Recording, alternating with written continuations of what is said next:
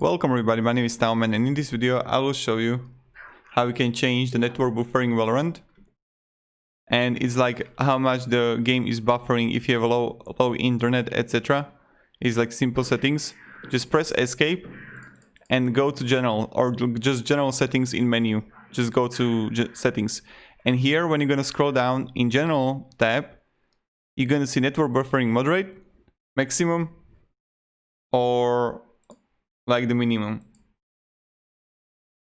There's like up to which one you choose. So this is like about the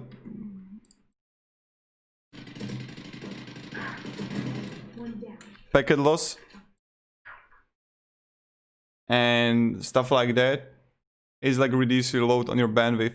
So if you like slow internet, try maximum and you will see how it goes. But yeah, have a great day and goodbye.